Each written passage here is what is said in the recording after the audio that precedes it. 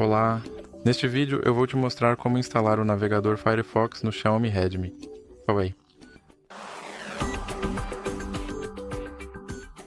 Então você começa abrindo a Google Play Store e agora clica na barra de pesquisa e com atenção, cuidado e calma, digita o nome completo do aplicativo Firefox.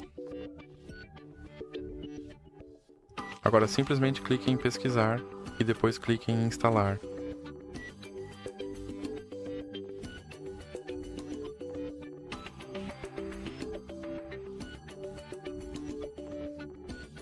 E aqui você pode selecionar seu navegador ou clicar em console. Você pode adicionar o widget do Firefox ou clicar em não. Você pode logar ou clicar. Eu não tenho uma conta da Mozilla e como você pode ver, meu navegador Firefox já está instalado e pronto para usar. Então, isso para este vídeo. Se você gostou, por favor, não esqueça de deixar um like e se inscrever